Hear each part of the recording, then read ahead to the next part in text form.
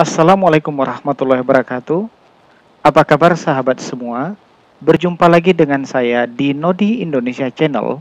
Pada tutorial kali ini saya akan membahas cara submit, proses review, editing, sampai dengan publish artikel ilmiah pada Open Journal System versi 2. Sekedar informasi kepada sahabat sekalian, bahwa di Universitas Teguh Umar ini ada 21 jurnal dari berbagai disiplin keilmuan dan sebagian besar jurnal yang dikelola sudah terakreditasi.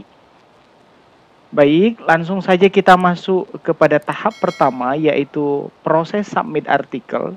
Dan sebagai contoh, di sini saya gunakan jurnal Public Policy. Caranya adalah pertama kita buka link jurnal Public Policy dengan cara saya klik di bagian view jurnal. Di tampilan berikut ini, jika kita sudah pernah registrasi, maka untuk login kita tinggal menginput username dan password di sebelah kanan bagian bawah ini, di bagian user. Tetapi jika memang belum pernah daftar atau belum pernah registrasi, maka cara registrasinya yaitu melalui menu register yang ada di bagian atas. Nah, di sini saya klik register. Ya, muncul tampilan sebagaimana berikut. Pada tampilan tersebut, jika belum pernah register, maka di bagian profil kita diharuskan mengisi data diri, khususnya yang ada tanda bintang. Jangan lupa kemudian setelah diisi semua, selanjutnya di bagian bawah ini kita checklist, send me a confirmation, kemudian reader, selanjutnya author. Nah, berikut contoh untuk data yang harus diisi.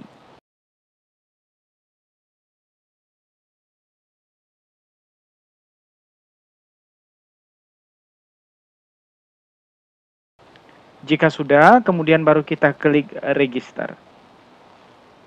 Sahabat sekalian, karena email yang saya gunakan di sini sudah pernah saya daftar atau saya registrasi di Jurnal Public Policy, maka saya masuknya melalui bagian register dengan cara saya klik tulisan klik here. Jadi di tampilan ini sahabat sekalian, karena saya sudah daftar, saya tidak perlu lagi menginput di profil, tetapi di bagian atas ada tulisan register. Nah, di bawahnya ada tulisan klik here. Ini saya klik, muncul tampilan sebagaimana berikut. Nah, di mana kemudian di tampilan berikut ini kita harus menginput username dan password yang sudah registrasi sebelumnya. Di sini saya isikan username dan passwordnya.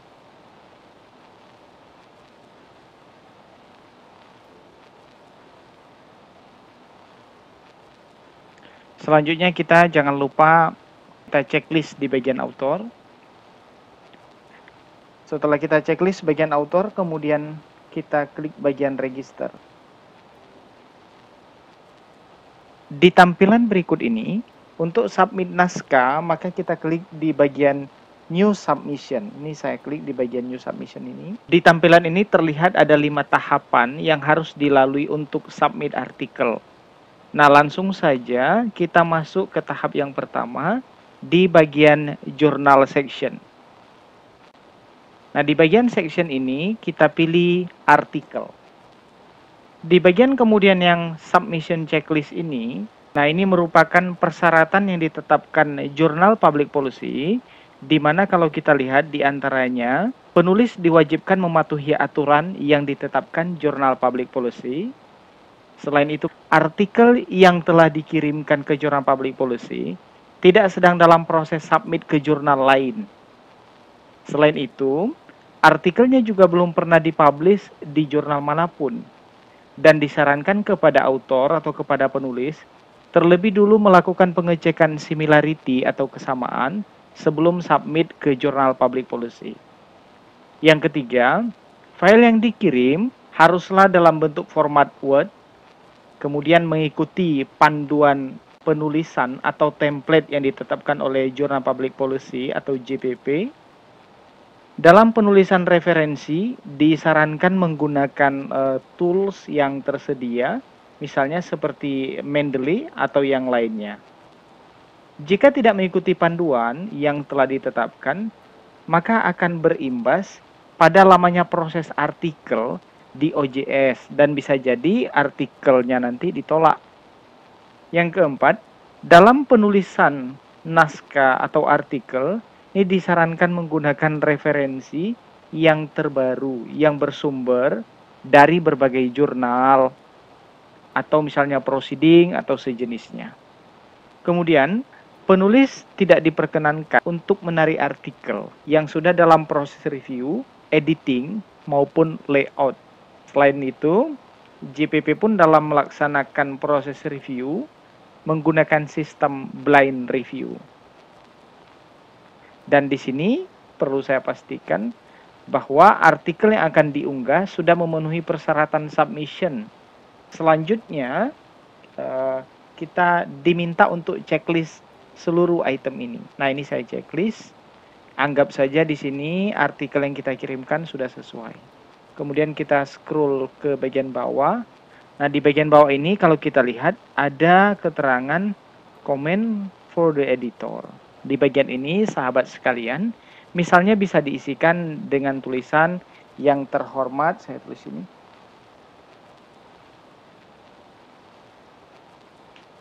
Sahabat sekalian, misalnya untuk comment for the editornya, ini saya tuliskan terhormat pengelola jurnal public policy, semoga artikel saya dapat diproses dan diterbitkan pada tahun ini. Nah, ini bisa jadi sahabat sekalian sebenarnya lebih rinci lagi dibuatnya bisa misalnya pada volume nomor berapa yang dituju. Seperti itu, ini bisa dituliskan secara langsung. Kemudian di bagian bawah ada keterangan save and continue, tinggal kita klik. Kemudian kita masuk kepada tahap yang kedua, yaitu upload and submit artikel. Nah, berkaitan dengan masalah upload and submit artikel ini, di bagian submission file, di bawah, kita diminta upload file dengan cara kita klik di bagian choose file ini, muncul tampilan seperti mana berikut ini. Nah, di sini sudah saya buatkan, tadi saya tempatkan di bagian desktop untuk artikelnya. Kita klik kemudian di bagian artikel, yang memang artikel tersebut telah siap untuk disubmit. Maksudnya sudah kita perbaiki, sudah kita sesuaikan dengan template dan lain sebagainya. Perlu saya sampaikan kepada sahabat sekalian, ini sebelum saya klik open, usahakan file yang kita submit itu tidak lebih dari 2 MB.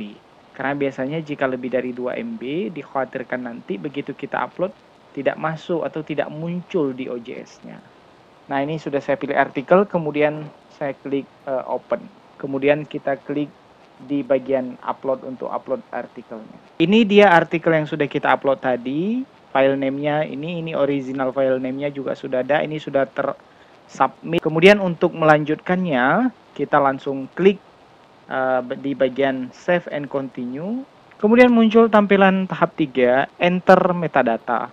Nah, kita di sini diharuskan untuk enter metadata. Pada bagian ini, penulis diminta melengkapi data autor. Terlihat data yang muncul kalau kita cek di sini, autornya atas nama Nodi Marevanda. Sedangkan di dalam artikel itu yang sebagai contoh saya gunakan ada 3 nama. Maka kemudian tugas kita adalah menambahkan 2 nama penulis lainnya. Nah, di sini saya tambahkan, ini artikelnya tadi. Di bagian kiri bawah ini ada keterangan add author. Maka cara menambahkannya kita langsung klik di bagian add author. Sudah muncul untuk tambahan di bagian bawah nama daripada Nodi Marevanda tadi. Nah, tinggal kita isikan di sini. Saya copy paste dari artikel.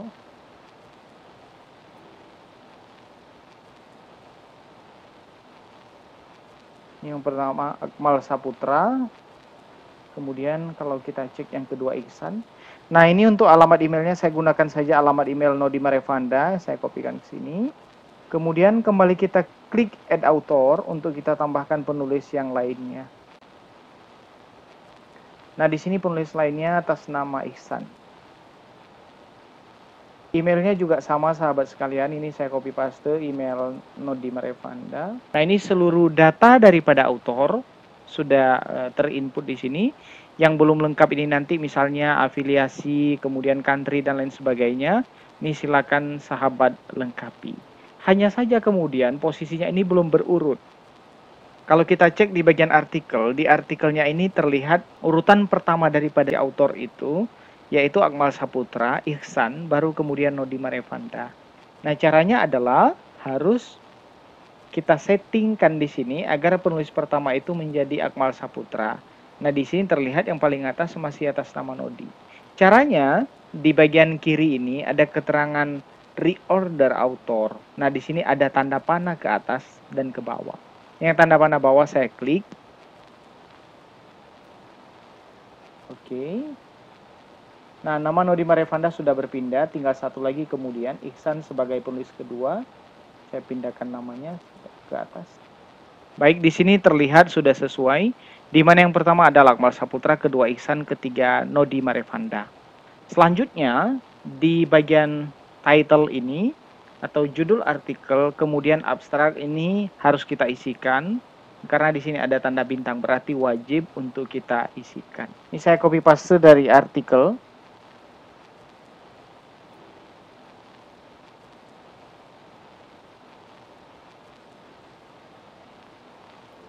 Sudah saya copy paste untuk title dan abstraknya. Kemudian kita scroll ke bagian bawah. Selanjutnya di sini ada indeks, kemudian ada keyword, ada akademik disiplin. Nah, ini saya isikan saja yang keywordnya saja contohnya. Setelah itu kita scroll ke bagian bawah. Nah, ini ada referensi atau daftar pustaka. Ini harus kita isikan dengan cara saya copy paste saja dari artikel. Ya, misalnya contohnya ini cukup 2 saja daftar pustakanya.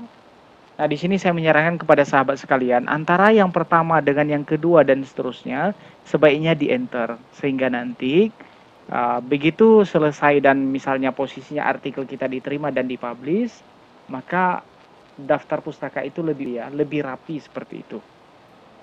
Dan jika sudah, kemudian kita klik Save and Continue untuk ke tahap berikutnya. Ya, kemudian berikut ini merupakan tahap yang keempat, yaitu berkaitan uploading supplementary file. Nah, di bagian ini penulis dapat menambahkan file tambahan seperti CV, kemudian instrumen penelitian, atau gambar, atau tabel yang memang belum tercantum dalam artikel yang telah kita submit tadi. Caranya klik di bagian choice. Di sini saya contohkan misalnya CV yang sudah saya buat, ini CV, kemudian klik open. Nah, jika sudah, kemudian kita klik bagian upload. Baik, kemudian di tampilan supplementary file metadata ini, di bagian title ini bisa kita ganti namanya sesuai dengan data yang kita upload. Karena tadi CV, maka ini saya buat namanya menjadi CV. Nah, jika sudah, kemudian kita scroll ke bagian bawah. Nah, di bagian bawah ini ada keterangan present file to reviewers. Nah, di sini kita beri tanda checklist di kotak yang kosong ini. Jika ini kita checklist, data yang kita kirimkan ini merupakan bagian yang harus dicek oleh reviewer. Padahal CV itu tidak harus atau tidak wajib untuk dicek reviewer, itu hanya kepada pengelola jurnal saja. Maka di sini tidak saya checklist. Selanjutnya kita klik Save and Continue. Selanjutnya saya klik Save and Continue untuk ke tahap berikutnya. Baik, ini kemudian merupakan tahap yang kelima. Di mana tahap 5 ini merupakan confirming the submission. Jika sudah yakin dengan seluruh file yang telah kita upload atau yang sudah kita proses, selanjutnya kita tinggal klik finish submission. Setelah kita klik finish, submission complete. Nah, jika memang sudah ada keterangan submission complete, berarti artikel yang kita submit ke jurnal Public Policy itu sudah berhasil. Klik di bagian active submission untuk cek status artikel yang telah kita submit tadi. Nah, ini dia setelah kita buka di active submission, di mana kalau kita lihat di sini statusnya masih awaiting assignment. Jika nanti sudah diproses sama pengelola jurnal, maka status yang ada di bawah ini akan berubah. Selanjutnya, kita menunggu proses dari pihak pengolah jurnal, dan di sini disarankan kepada autor atau kepada penulis untuk sering membuka web jurnalnya agar diketahui sudah sejauh mana artikelnya diproses. Nah, demikian untuk tutorial submit artikel. Selanjutnya kita masuk kepada tutorial proses review, editing, hingga artikelnya terpublish. Mohon dukungan dari sahabat sekalian dengan cara like, comment, subscribe, dan jangan lupa nyalakan loncengnya. Terima kasih.